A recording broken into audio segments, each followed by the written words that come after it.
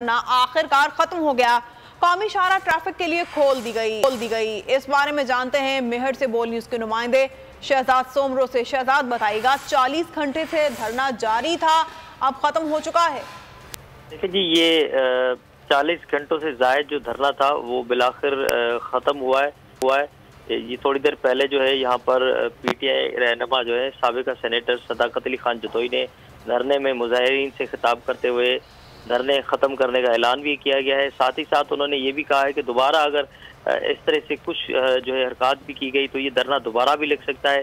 ताहम जो मुजाहिरीन के जो मुतालबे थे वो ये थे कि जो रिजल्ट्स हैं, जो बलदियाती इंतखाबात के नताइज हैं, वो हतमी नताइज जारी कर दिए जाए। तो जिसमें आरओज़ जो है वो बाज़ाहिर जो है एक देखने में आ रहा था कि उनकी जो बकौल जो पीटीआई तहरीक इंसाफ के जो मुजाहिरीन उनका कहना था कि आरओज़ इसमें डिले कर रहे। तो आज वो नताइज जो दोबारा गिनती का अमल था वो नताइज भी जारी कर दिए गए, जिसमें पीटीआई मेहड़ में जो है मैदान मार लिया गया है।